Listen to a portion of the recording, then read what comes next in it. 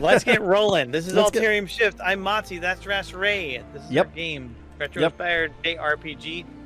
I know there are some differing opinions on RPG versus JRPG, but our game is fairly story-driven, and there is some linear aspect, although it's also somewhat Western because there's choices, lots and lots of choices. Oh yeah. We're going to talk a little bit about it as we go through. This is the new demo, because we released a demo at the end of 2022, December. And I think that's when we did it. And now this is the new demo that is going to be in conjunction with the early access release, which is coming out on July 7th. 6th. So, July 6th. I don't know why I say July 7th. I think it's the 7th one. Yep. Operators are standing by. So if you are interested in supporting the game, of course, one of the best ways to do it from the beginning is just wishlist, or just tell people about it. But if you're interested in supporting us more monetarily, that is the way to do so by purchasing the early access version that's coming out.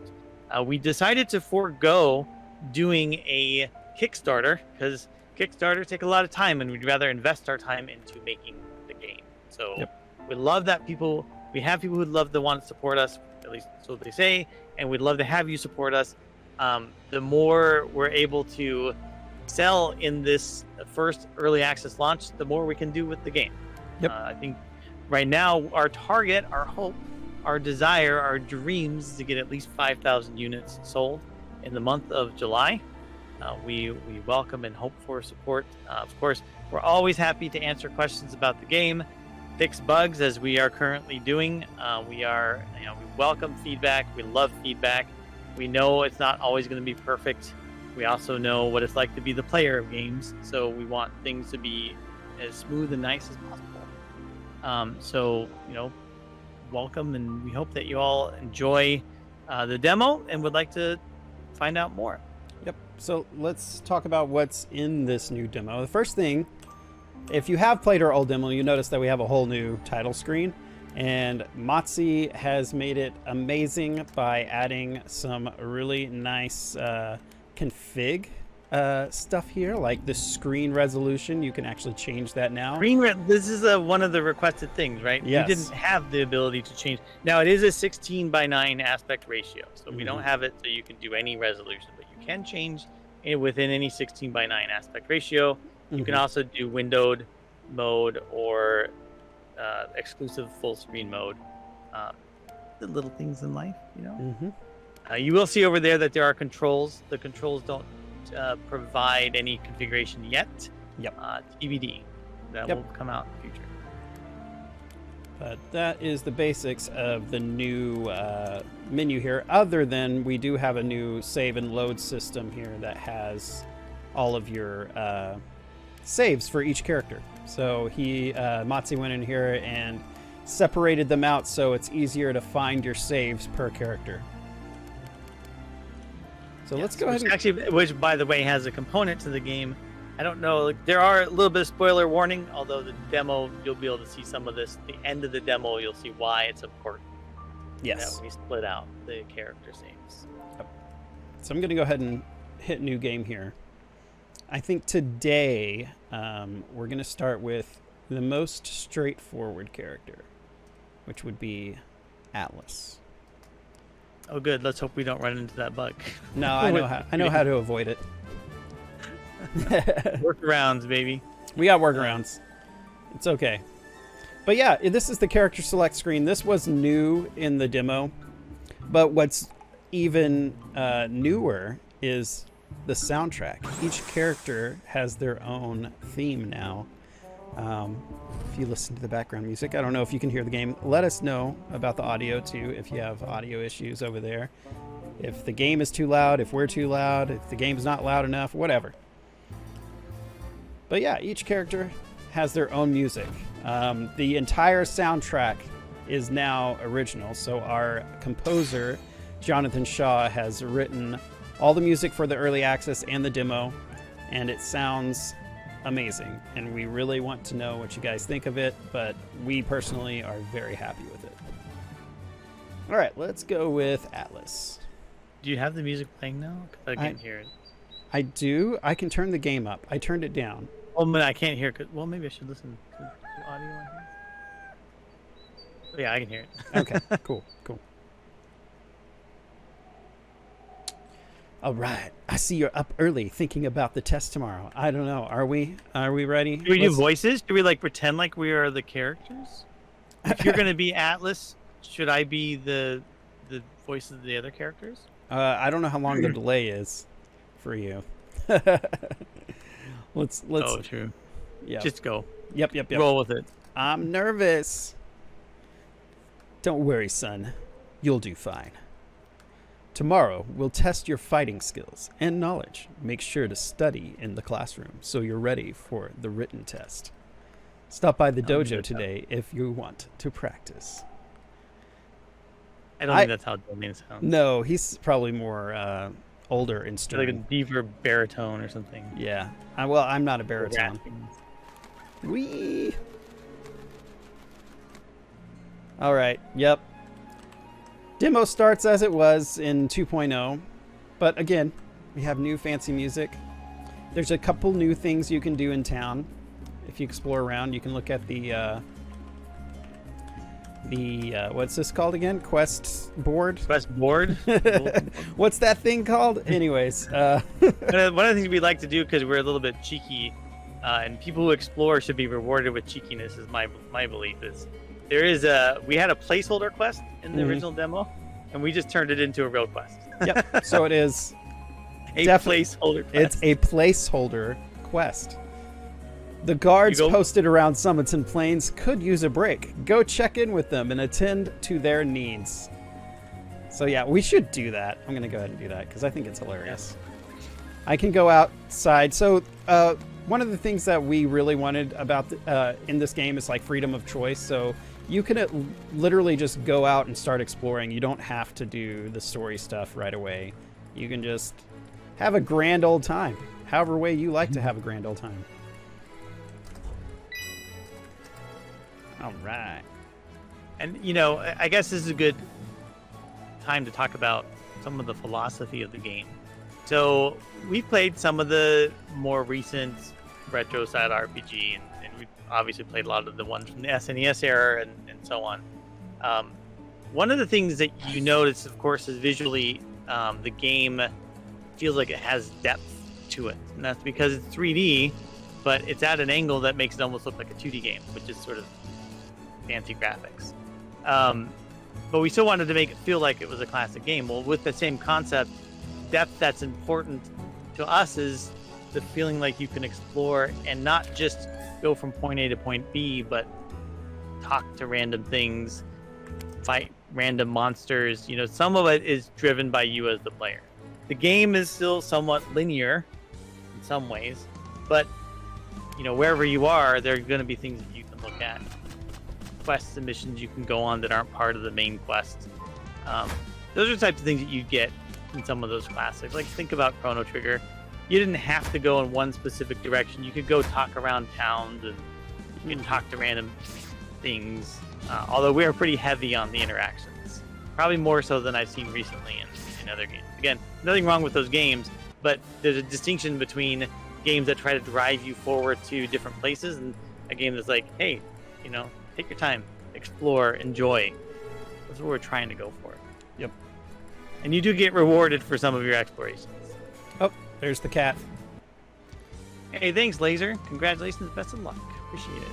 So we've got actually some enhancements to the battle system since the last demo, which is, first thing you'll notice is the turn order display has an update. It's a lot more, I would say a little bit more flashy, a little more information driven. So like if you're going to attack this monster, their icon will expand when you're selecting them. So it's just another layer of information for the player to strategize and see who they want to attack and whatnot.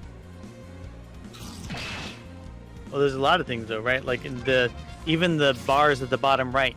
Oh yeah. We refreshed that. We're still in flight of doing progressive improvements to that. That's what we'll be seeing in the early access. We're not just releasing early access and then not doing anything.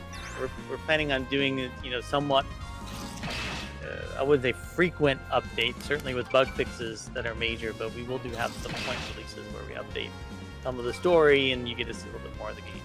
Wow, I just missed twice in a row. That RNG though, man. We can tweak it. It's fine. Yeah. We can rebuild it. All right.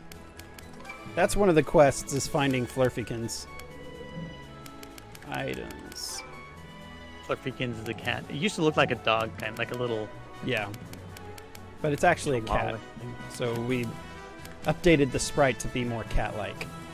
Unfortunately, there was a bug that some people liked, but Drattzy does not like, where the cat would meow incessantly when you dropped it off at its owner. Drattzy finally fixed that. Yeah, hey, I had to fix it. It was a little too much. It's Michael. There we go. Yep, we finally got it. We're here. All right, here we go. Placeholder quest, baby. This is the placeholder quest. What? You're offering to help me? I'm so glad you offered, because I really need to go do something super important. Please, just stand guard here while I'm gone. I'm not ensuing anything. Drattzy looks so pretty. Me? Is he going potty? He's even running. You put a running animation? That's great. Yep. I'm gonna and stand ready, yeah. Or yawn. I mean, a lot of these choices, there's some games where choices have a bigger impact on the outcomes.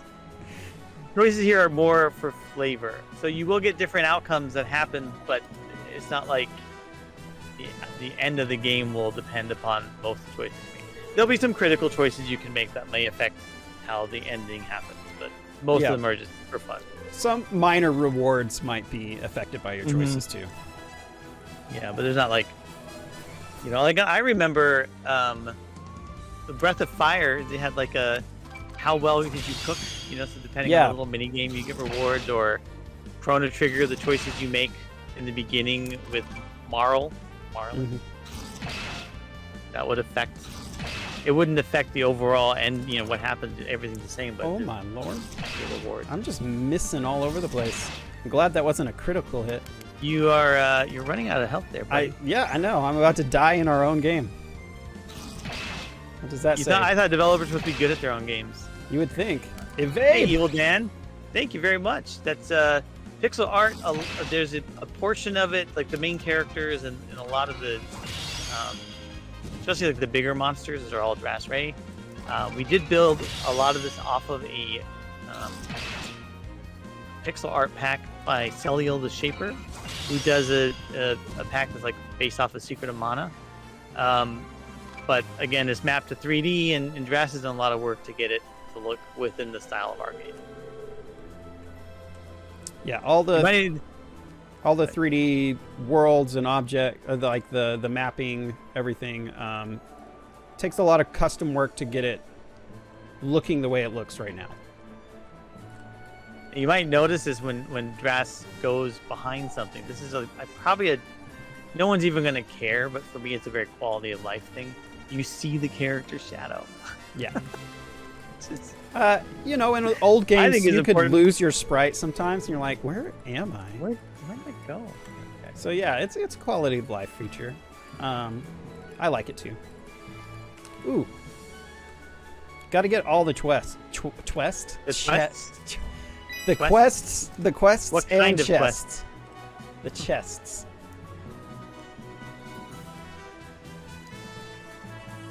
This Plains area has gone through a few. You should show the map, man. Oh, yeah. You had a quest, you didn't even show the map. No, hold on. I'll show it after I get the quest from Dolian. Okay, fine. So that way we have the markers.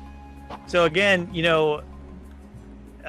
it's really important to us in this game that every place you go to feels like it exists, and it's not just a backdrop to your journey.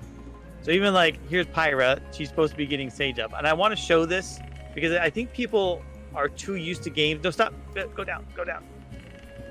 Are you going down? I'm watching the videos, so who knows, right? Okay. You can knock on the door. Oh, there's no answer, but then you can knock again. And I see a lot of people like not do that. I think you're kind of trained only to interact with things once. But we are somewhat inspired by, games like Undertale, where you can get more than one response. And sometimes they're varied responses based upon things that you do. Sage is so nice to Atlas all the time. Yes, he's just very... Pew pew boy. Sort of like an older sibling. Here we go. We might as well just keep bothering him since we already bothered them once here. Yes. So, I don't know if people are used to this. So, Burgess, so are you guys skewing all the 3D models at an angle to get more of the SE? Yeah, Drattzy would have to talk about his methodology because he's really the one that pioneered It's the a style. very specific camera angle and perspective. The objects themselves are actually it depends on how the pixel art is. Sometimes I will skew them, sometimes I won't. Sometimes I edit the pixel art myself and get it looking the way I want it to for that specific object. So it really depends on the source material and then also some custom work to get it looking the way it does. So there's a good example. Like there's some 3D objects in here you could probably point out. So like the chest, for instance, I had to edit some of that to make it look like the way it does because the perspective that's in the pixel art wasn't, made for this exact perspective. So I, shift it down a pixel, draw some new detail in, that kind of thing. Go talk to the wardrobe. Like the wardrobe's a 3D object. Yeah, so I added doors. So that most of the furniture is 3D. I think even the plants are like a billboarded 3D. So the pot itself is a 3D object, but the plant, like the flowers and stuff, is a curved plane displaying that pixel art there. Mm-hmm.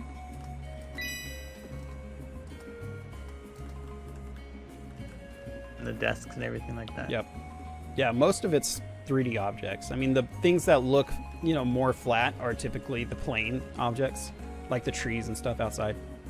But I still put a slight curve on almost everything just to give it that sense of depth because, the shadows will naturally fall over it and stuff like that. So it'll create the illusion that it's got more depth than it actually, would first seem. Well, and and there's lighting. So we're leveraging. This is in Unity, so we're leveraging lighting. Now, we get asked this a lot. What engine do we use? We are in Unity, but this is based off of an engine called Smile Game Builder, which is a sort of like a 3D RPG maker in some ways. It does have a more simplistic scripting engine, but they have an export to Unity with a full framework. Basically, it's their entire engine that can work in Unity. They've essentially retrofitted it to work. So I have done a lot of the work in Unity to get all the sort of more features available, and we do have some contract support, some of the UI stuff. Not this stuff. This is some of the older UI that we're replacing, but we're working on it. Some of the feature effects, like the shifting effect that we'll see a little bit later, and even the shadow behind came from a contractor named Hondoon, who's really amazing. Helped us with some of the more targeted development work.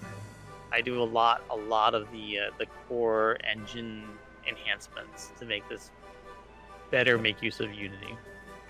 Yep, going in, since I'm starting the test day, so basically your characters start out, they're heroes in training, is what we went with. Basically your teacher Dolian, he's like a credited war hero, so he is now basically a teacher teaching other people how to harness their abilities and their powers to go out and be heroes and stationed out throughout the world. And so you're one of these students that you choose to be to play as, and each character that you choose has their own path that Dolian sends them on at the beginning of the game, and that theme will be kept throughout the entirety of the game, where the stories will vary. Eventually there's going to be an intertwining portion of the game, but you'll see the story definitely unfold a little bit differently between each character.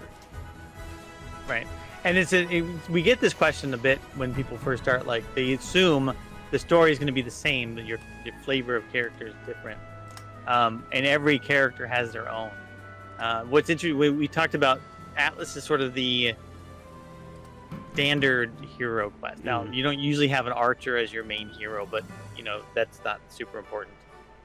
Atlas is a young kid, and so a lot of the things around him are more directed by other people. You get your own choices, but this beginning intro is very much akin to the first demo we put out. It's much more like Atlas is on the rails and just going with what people are telling him to do. You get more choices later. Now, Pyra and Sage, they have a lot more choice in the beginning part of the game. And we're playing with this a lot. That you play as one character, you're gonna get a different experience. In some cases, you'll have a completely different path. You'll end up in the same place, but you'll go there in a completely different route than the other two characters. So we really want to make it feel like that experience is unique per character, and that your experience is tailored to the character that you have chosen. And what's funny is that each character also kind of expects a certain type of behavior response from the character that you're playing. And so if you go off the rails of that character's personality, at least that we set for that character, then they'll notice and they'll mention, hey, this is not like you. You're not acting the way that you normally do. So. Right.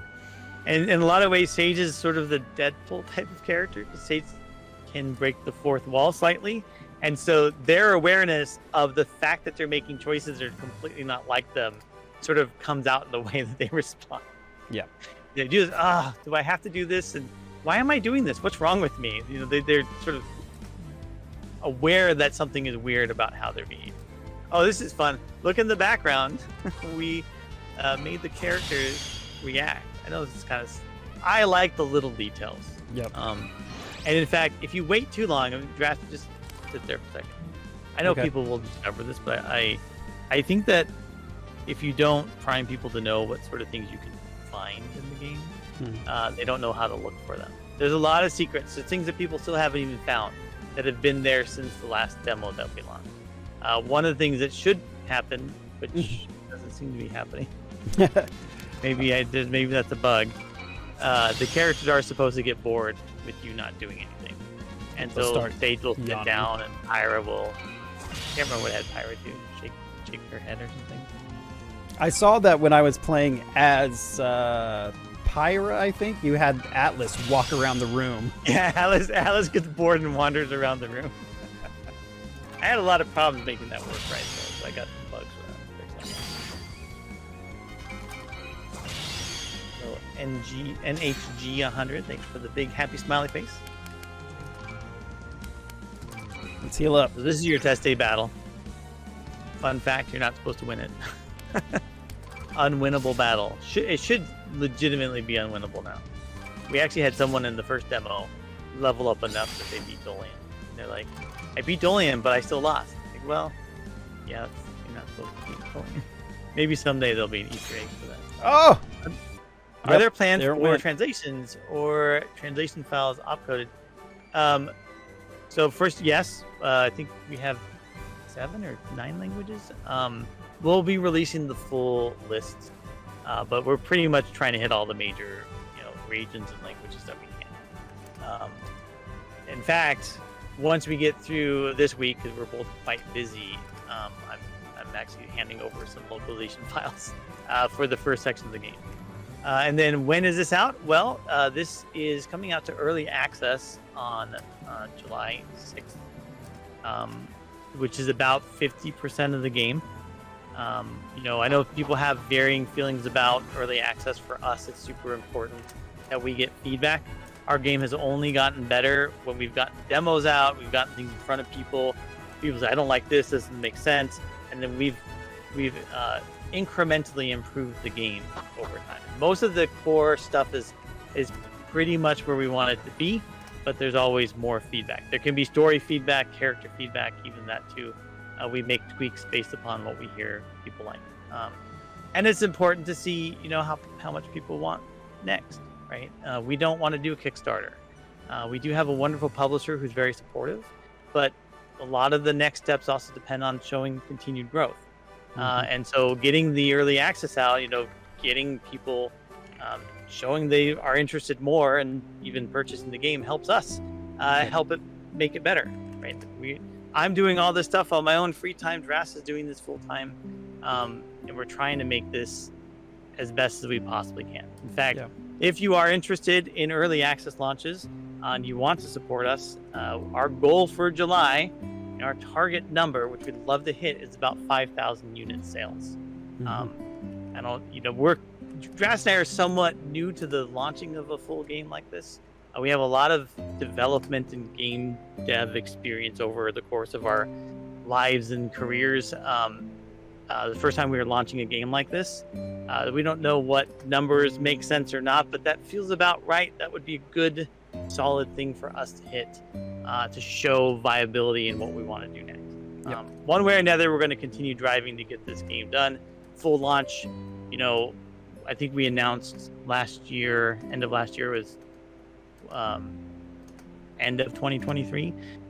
We are learning a little bit about console porting and localization that might affect some of that. So, it's going to depend on those components, right?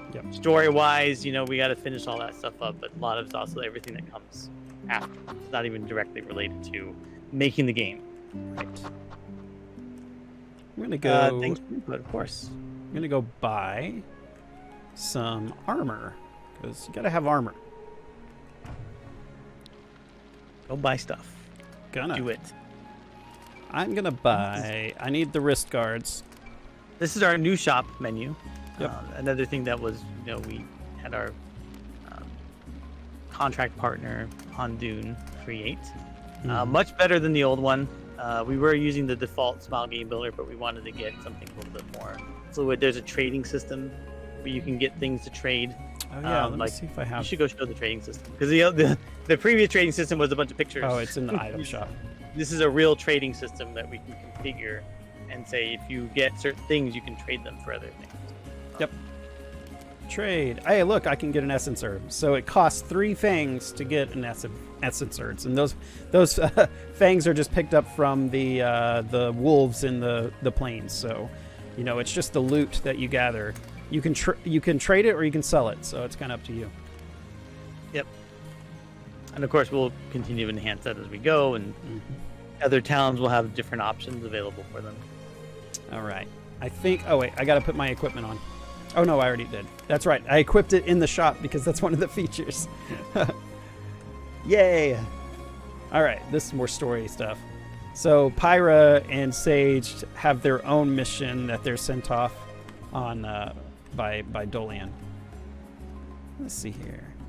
Dolian gave me a mission, guys. Okay, don't worry about me. There's Sage being bored. Hey Atlas, don't get dead, okay? Fine, I won't die. Don't die. But again, these components are actually like OG demo. The first demo we released after the first 6 months of working on the project. Oh, there's the map. This is nice. Yep. So we have a world map, which we didn't have before. It's much more fleshed out than the first iteration that we get. And there's markers, so you know where to go. Because one of the pieces of feedback we got was, I don't know where to go. There's so many different places. So there's a map. And in fact, talking about post early access launch, we hope to make portions of the map walkable. Yeah. Because we also understand that as a player, if you're doing it casually, people don't have time for that. They don't have time to walk everywhere. So there will be places that will help you kind of skip around when you're, especially after you've completed certain areas. You can just kind of walk in the overworld to get places. Make it a lot easier to backtrack if you need to, and that kind of thing. So, but yeah, people have really at least responded well on Twitter to pictures of the new world map. So I think it's a popular commodity. Yes. Oh, I got to show them the graveyard. Yeah. Let's see. Here's a new feature. This is my favorite one. No offense. He never took offense. Yes, unfortunately, when Drattzy first put the dates in, he put them all like in the future. Yeah, I fixed those. Again, the interaction isn't really meant, like, there are some secrets, but it's not meant to be everywhere you go you're going to find a bunch of secrets. But there are things you can talk to. There's a lot of interactability. Over this sort of travel areas, there are fewer things to interact with, because we don't want people to get bogged down with searching every nook and cranny. But towns and, you know, target destinations like the graveyard, you'll find some things pretty much everywhere. Let's kill some monsters. Yeah, I want to like get to level 4. I recommend getting to level 4 before facing the large enemies. At least. Sorry, go ahead. What's up? No, you go ahead. What we're playing now is the demo, right? Mm-hmm. Well, no, it is the demo. It's the demo portion of the early access, right? Yeah. This is available now. What you're seeing is available in the demo. I don't actually know how most people do demos, but we didn't really want to maintain a demo version and a full version of the game. So the demo version is a portion of the full version of the game. I think the only thing we changed was we removed some resources so you can actually get any further than the end of the demo. Yeah. But that does mean that we have the advantage of, if you play the demo and you get to a point you decide you like the game, your save files will transfer. Yes. Automatically. So you buy early access, your save files will be there. In fact, we just named the version of the product the same. So, you know, all the save files will be there. Now, if you played the old demo, we're gonna work on implementing something where if you want to skip the demo portion, right? Yes. That you can start later in the game. Correct. I mean, the simple thing was, I think Drattzy during some of his testing did a run or two for each character, hitting most of the things that you would do, and then we have some save files that you can choose to load from. So it's not really fancy, but at least it'll give you the opportunity that if you say, look, I played the demo, I don't want to go back and play everything again, you can just start as the characters at the end of where the demo would be. So we think it's really important. I'm from, my career has been in software development, web development. I started doing game development as a passion because I've always wanted to. But when I think about delivering product, I think about what users want. I believe most people try to do that, but I think it's really important to hit some of these small things, because those things can really add up as frustrations. Oh, I played this demo, I spent 5 hours playing it, now I have to start over. That would be really frustrating. Yep. Let's see. Final Fantasy 16 demo, is that 16? 15? Yeah, 16. It's just the first 2-3 hours of the game, so I think you're doing it right. Yeah, this is 5 hours of play, roughly. If you do if you do all 3 characters, yeah, something like that. It's, you know, the thing is, like, if you play as one character, even though the experience is different, you might play a little faster because you've got a feel for the game. So we haven't really timed someone playing all 3 characters, but, you know, if you do a moderate amount of exploration, it's probably 5 hours of gameplay. And early access, I think, is per character, I think it was about 10 hours. Yep. 5 hours? 10? So something to mention here is, like, one of the things we added to the demo portion for Atlas for this new demo was you were only sent to kill one monster as part of your mission sent by Dolian, and it was really fast, and it didn't feel like much of a mission. So we decided to make it where you have 3 targets, and we just killed the first target, which was the boar. We have the large wolf and the boa to do as well. Right. And again, you know, the experience is also tailored to the character. Atlas, young kid, he's smart, but he's an archer, and he tends to be more intimidated by big monsters. I mean, as a player, you probably aren't intimidated, but at least conceptually, the characters have some base personality. You get a guide what they do, but some things they experience are based upon that. So Dolian, knowing that Atlas struggles with that, sends Atlas on a quest to kill 3 really big monsters all by himself. And that's what you got to do. Of course, there'll be some rewards for that because you'll get some XP and you'll build up some levels. We are still working on balance. So of course, if you play the game, the demo, and you're like, that feels like it's too easy or too hard or whatever, and we always welcome feedback on that. We are trying to fine tune it. We are going more of the chrono model. The chrono trigger, if you just play the game and fight the monsters, generally you should be okay. There'll be some places where you'll need to level up in order to fight some like side quests or something. But we don't really want to bog people down with grind. It is a story-driven game. Combat is important, but it's not what the game is about. It's just part of the flavor. So we want to make combat feel good, but we also want to make it feel like you can get it done and move forward. You're not going to spend 30 minutes on a battle. I don't know how long people do battles, but it's not like a tactical RPG where all it is battle. It's really just part of the flavor and experience. I'm almost dead. Don't die! Don't die! Grass. I wasn't paying attention. Pay attention.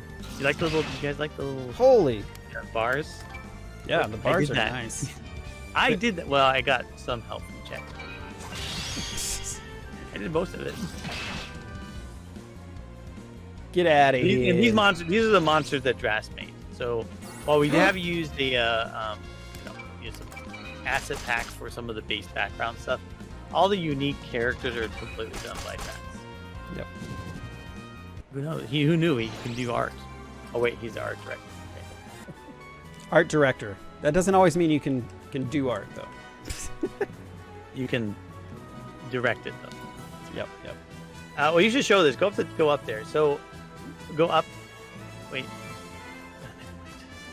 I don't know. I don't even know where you are anymore. The rocks. Yep. So, because we're not going to show it in this demo, one thing, each character has their own on-map ability. So, Pyra, the female lead character, she can break rocks, which will expand to other things later. But for now, this is areas she can only access. And there'll be things like that for Atlas and things like that for Sage. Mm-hmm. Oh, shoot. Drattzy, by the way, Yes. we said we set an hour. Are we allowed to keep streaming on? So it'll automatically end at 10:30, I believe. Like the Steam one? Yeah. Okay, well, 10:30. You did an hour and a half? Well, it says it rounds it up to an hour and a half, so. Okay. We have it By default. Okay. I was worried for a second. Well, it took us, like 15 minutes to even get started. Hey, we're developers. We're not Steam streamers. I guess we are streamers too. But You're a streamer. I'm a occasional streamer. yes, I stream the development of the game, but honestly, development is not the most exciting thing to watch. Especially when I work on it. I'm looking at bug very fixing. exciting. So exciting that I attend every stream. Yeah, right. My own partner, not. Boy. Well, usually when you're doing that, I'm doing my own development. So I don't need your excuses, Drattzy. I don't need them. It's fine. Working on stuff, getting art and maps ready. Actually, I've been doing a lot of story stuff too lately. Yeah, actually, one of the things I show on stream is how do you do all this dialogue? For those non-programmers out there, when you see a system that has branching dialogue choices, it is not some simple utility you just plug in and go with. Mm-hmm.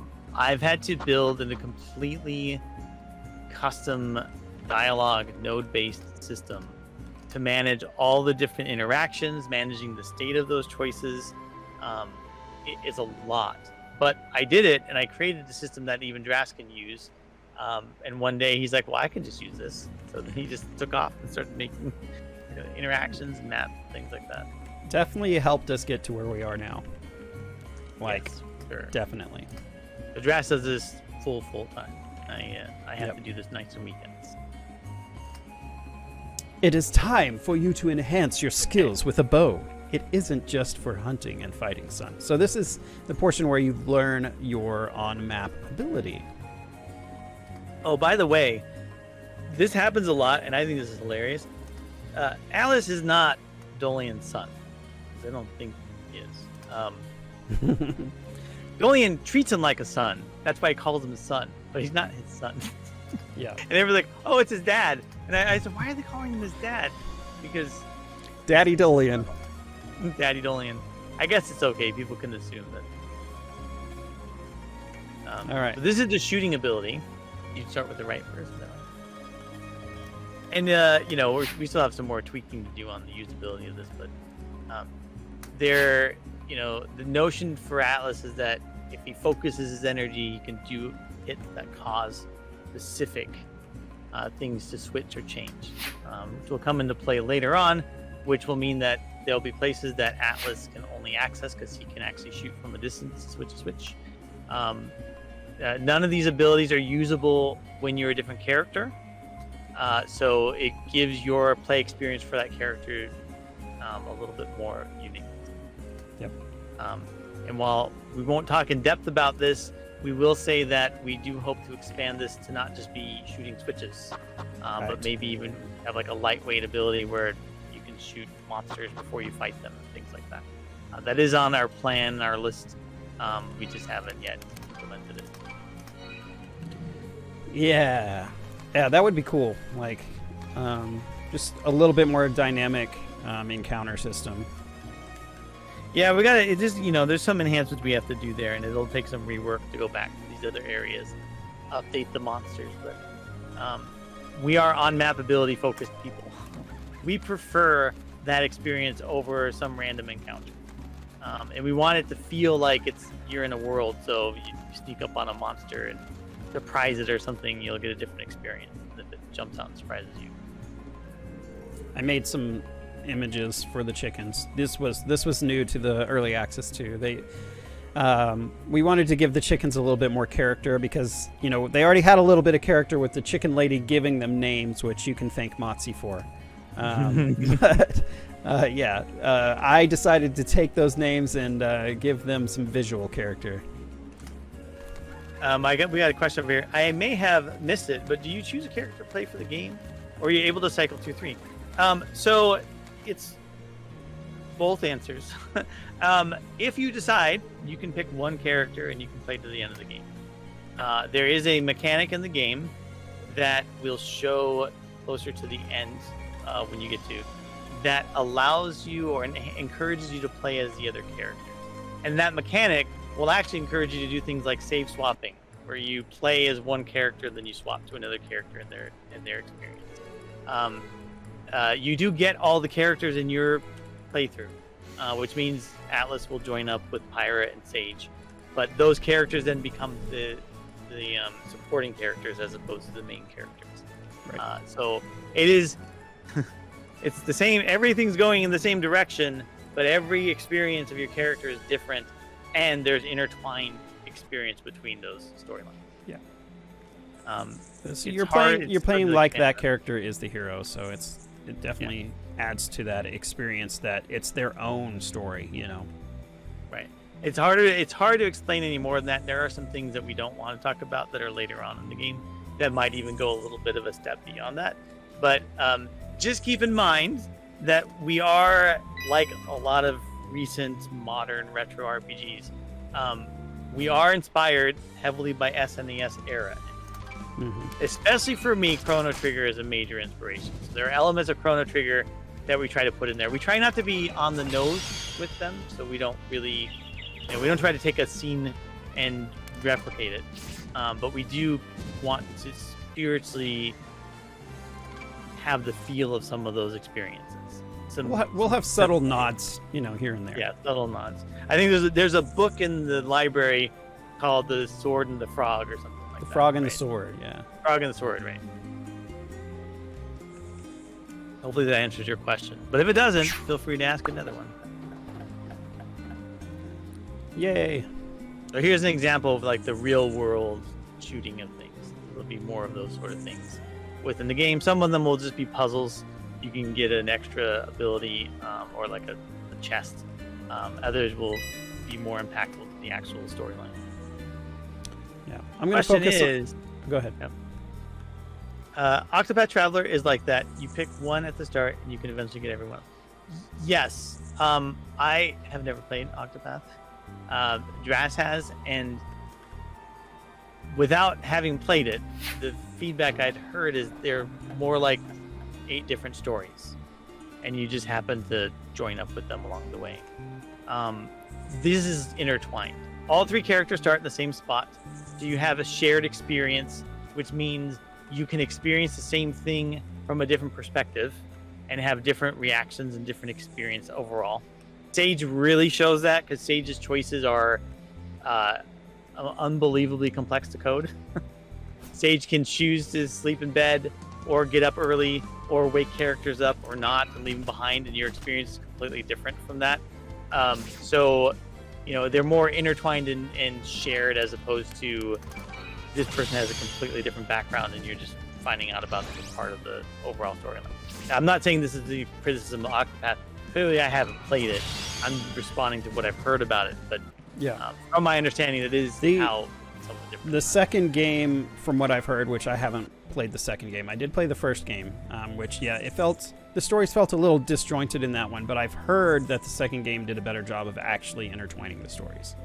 So, but that's what I've heard. Not what I've experienced, because I haven't had a chance to play. I do love both games. I mean, not both games, but I love the first Octopath, and I do want a chance to go play that game. Obviously, Octopath has actually influenced our game a little bit in terms of the choice to go with a 3D game, right? So, because the depth is definitely nice to have. What we chose to do was just to keep it a tighter camera angle, so you don't have too much depth. We wanted to keep it looking like a 2D game, which again is not a criticism of that game. It's just what we prefer. Why haven't you played Octopath 2? What have you been doing? I didn't pick it up. That's kidding. You're busy. That's why. Yeah, that's true. I'm making a game. I'm not making a game or anything. That's true. I haven't played any other games except for the Final Fantasy 16 demo. But I played that with my wife watched me play that game. So, hey, Fandrax, how are you doing? Sage probably wouldn't care about how difficult their choices are to code. Yeah, nope. Sage has no care in the world. Sage does what Sage wants, for sure. What was I gonna say? Oh, one of the things though, I will probably toy with the notion of, unless Drattzy really hates it, sort of camera nudging. When you got the right stick, if you want to be able to see just slightly in the direction or not, because we do see sometimes the tight camera angle makes certain areas a little bit harder to read. Yeah. There's a later puzzle where you need to navigate certain areas, and if you can't nudge the camera, it's a little bit harder to figure out what you need to do.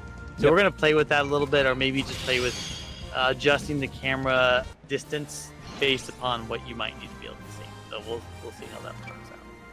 It might depend on what people say. I mean, we have definitely had people say that the camera angle is pretty tight, but again, we're going for that classic retro style.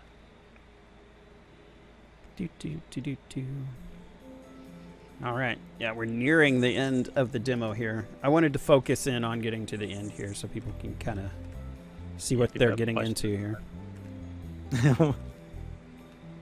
Yes, please try the demo out. We absolutely want to hear what people think. And if there's bugs, I apologize. They're mostly my fault. All Matsu's fault. Although nowadays they're more Drattzy's fault too, because he can fix them. I've been doing codes. I've been doing nodes. We try very, very hard to eliminate as many as we can. Certainly is our desire not to have any, but it's a huge challenge sometimes. And sometimes you fix things and think that you really got it fixed, and you forgot that you did something that broke something else. It may seem like a minor thing, but we enabled a character train so that your supporter characters can follow you around. Which, again, that harkens back to the classic games, where you can see your characters, all your characters on screen. All right, let's get up here.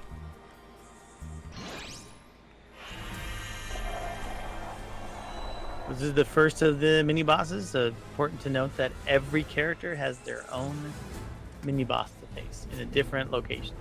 Original demo, you played the same path and everyone ended up the same place. Yep. But this version now is completely different. power boost. I've got the power. You notice now we have a burst meter. Yep. It used to be like What is- over here on the side and it looked kind of janky. Now it's built into the actual UI, so it's nice and clean. Thank you, Yep. Moxie. And we will expand on the burst capabilities as we go. Right now, it's just like you get a skill, and when the burst meter fills, you use it. We are thinking of having layers of burst, so you got to have like more than one fill in order to use that ability. Pretty cool things that we can do with that. And that goes back to some of the balance. I mean, we have not focused as much on the like the breadth of skills. There's plenty of skills and equipment and things to buy, but we certainly need to add more for the game. But the mechanics and the base story and the interactions and there are many other things we wanted to focus on first, because when it comes to skills and actions and things like that, we can just add more as we go. Right? And there'll be plenty of things that we can just put in there. It's more of the flavoring. There we go. All right, here's where everything. Hey, Wallaber on the Twitch stream. Hey, what's up, demo, Wallaber? the new demo is out, Wallaber. Yes, it is. But you should check your email. I'm pretty sure I sent you an email. Did I send you an email? I don't know. Wallaber is amazing. He did Next Fest for his Jelly Card game. Jellica. Hold on, I want to stare into the crystal real quick. Because it's very pretty. No one does this. No one ever talks to it. Yeah. If you look closely, you can make out something inside. Yes, that's it. Look deeper into the crystal. I had no idea you did this until I was just messing around and I was like, oh, there's dialogue on the crystal now. There are still so many things people have not found. And Yeah. I have to tell them to look because I really want to see their reaction, but I'm hoping people will just discover these someday. Yeah. I had too much fun when I first did all this stuff story-wise. All right, so you're learning about the Alterium amulet now. This mysterious amulet that Dolian's been keeping secret. Why you got your secrets, huh? What's going on?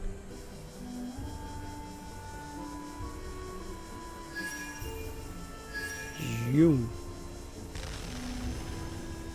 Here's some of the new particle or shader effects that we had made. Used to the portal was this flat texture. It just kind of spun there. It was not the best. First demo is very much not what we envisioned. Yeah. But again, this is the support from Hondoon Games. He's really amazing with shaders. Mm-hmm. This was our vision. Right? It's a portal. You're about to see what happens next. Well, soon. Yep. The other thing we have a lot of, which takes a lot of work, but we really enjoy, is we want cinematics to feel like the characters are engaging with each other for real. So they hit. This is the Dark Elf attacks. It is a cinematic sequence, a la things like Chrono Trigger.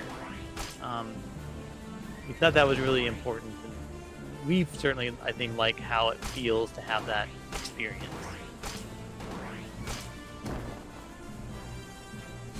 Julian's getting his ass beat.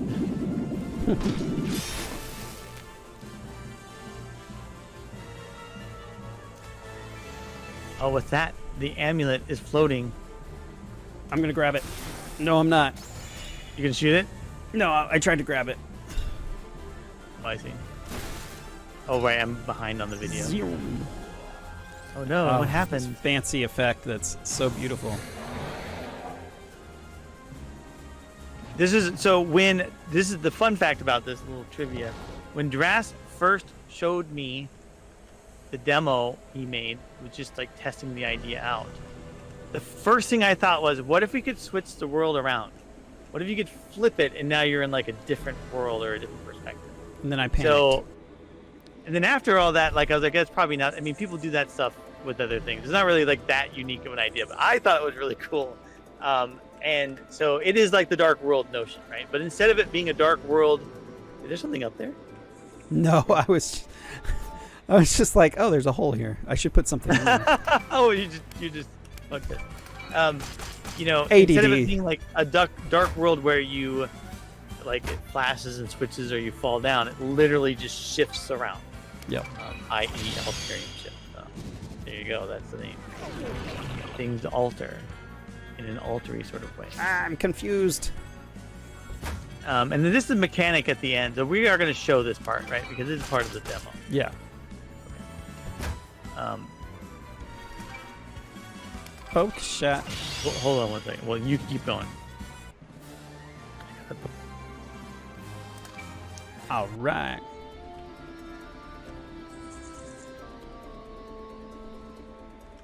Got to get the treasure chests. All of them. I'm back. You're back. All right. Do you want to talk about this this feature here? Let's talk about shift, baby. Let's talk about... Okay. So, how do you make a retro-styled RPG feel somewhat unique? There's a lot of games out there. What makes the game feel like there's some variance to it? This is where the question about, whether you're going to play as multiple character comes in. So there are multiple types of shifting that can happen. There's the world shift, which lets you change between two different worlds. And then there's what we call the echo shift. This game has some components that are, without giving away too much plot, can be affected by choices that you make that will affect the rest of the game. The echo shift node will affect things like certain treasure chests and certain gates and other things that you can get access to or not. It's a persistent save system, so once you switch that, the game will always have that one shifted to green. When you shift it as another character, it'll shift to red or what is it, pink for Sage? Mm-hmm. So your gameplay of this game will be 100% impacted by what you decide to do with that node. And it will have an impact on things like puzzles that you need to save, you get access to later. And the great part about it, I hope this works, because this is still somewhat, the notion of loading the save and affecting the states is something relatively new that we finally got implemented the way we want to. Mm-hmm. You can load any save you want and get access to anything. Some things will have a persistent state, so if you open it in any save, that's it. That one save gets that thing, whatever it is. Other things, you could open it every single save you have to get the chest if you really want to. It will affect things like the beginning of the game. So sometimes things in the beginning will be different based upon the echo node that you switched to. Did you say you were streaming this on Twitch? Yes. We are also streaming, we're multi-streaming it under twitch.tv Drattzy Games. Yep. As well. I'm trying to find where... Can I paste a link? I don't know if Steam I don't know. Oh, I think it's in this house. I also stream... There it is. Yeah, so part of that is... So Atlas was able to make the shift, or the echo shift node green. Well, you'll find green chests throughout the world.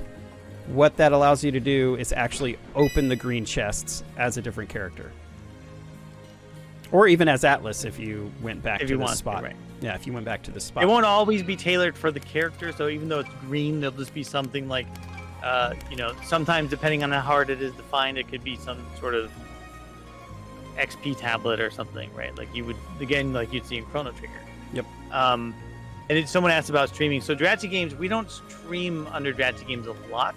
Mm-hmm. I tend to stream under my account, but I only stream Alterium shift development. So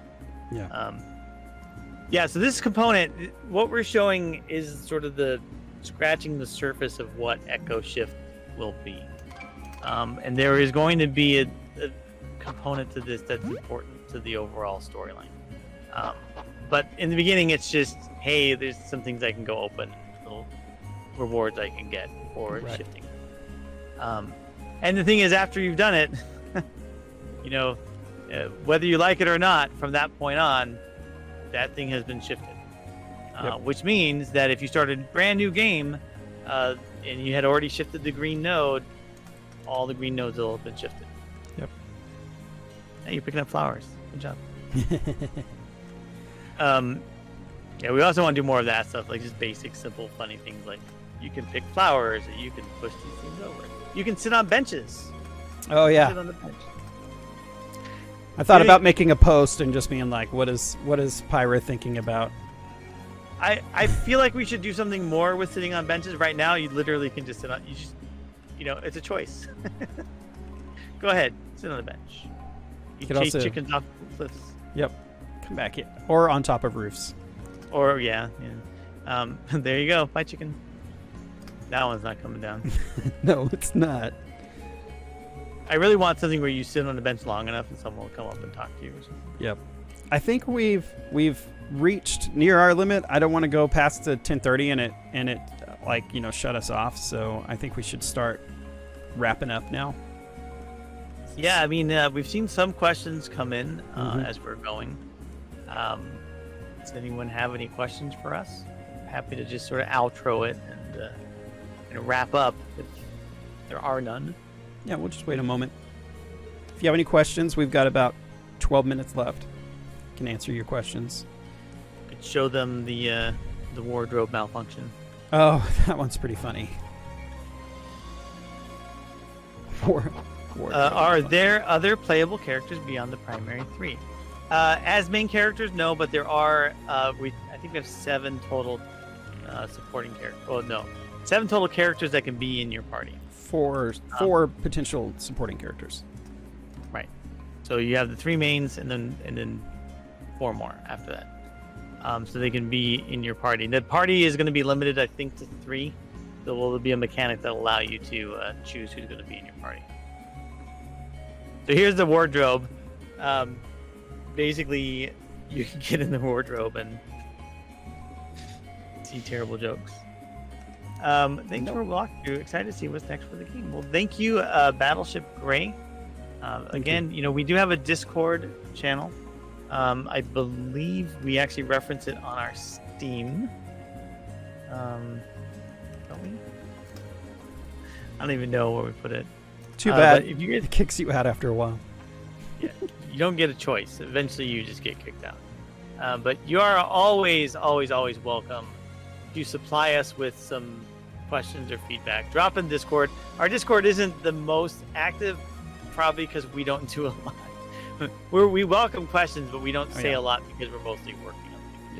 Yeah. But you guys can check out our. I think we have a link tree. Yeah. Discord is a great place if you want to leave us some feedback or some bugs. We also have the Steam forum, of course, is another place for that. Where's our link tree at? Did you get rid of it, or what did you? I didn't get rid of it. I just put our direct link to Steam on there for Twitter. So it's still there though. It still exists. You want me to grab it? Yeah, I just posted it in the chat. Which chat? Oh, I don't have that chat. I'll give it to me. Hey, buddy, here's. Oh, there it is. I found it. Oh, it's on our Twitch. It's on our Twitch. That's right. Yeah, it is. There's our link tree. Has all the links to all the things that we do where we post our information. You can even just send us messages directly if you want to. We're happy to hear more. Yep. Again, just to wrap up, I'm Matzi. This is Drattzy. This is Alterium Shift. We are going to be launching this game for early access July 6th. So, operators are standing by. Our goal for July, we'd love to hit it, is about 5,000 units sold. We don't personally like soliciting that. I mean, I don't know how other people feel about it. It's kind of awkward as a developer, but we also have to face the reality that if we want to continue to invest as much time as we are into it, then we need to see some sort of output, some growth from the team, some people interested in it and investing with us, partnering with us. If you go to the Steam page, you'll see our thoughts on that in the early access. Why early access? I feel like we've listed that thought fairly well. Obviously you don't need to buy it if you don't want to, of course. But if you're interested in taking that journey with us, you want to get access to some of the information, the game sooner, consider purchasing it for yourself or for a friend as a gift. We're more than happy to take any sort of criticism and see how we can even continue to make it better. And we will be planning to release more than just the early access. We'll do some bug fixes and patches, and we'll do some more game content as we go. And it just goes to show you that what we have now was shaped by the feedback we've already received, and getting more through early access will just make the game that much better. So we'd love to have you on as a partner on this journey with us. Yeah, on this journey with us, and it'd be great. Happy to have you. Happy to get the feedback that we need to make this game the best it can possibly be.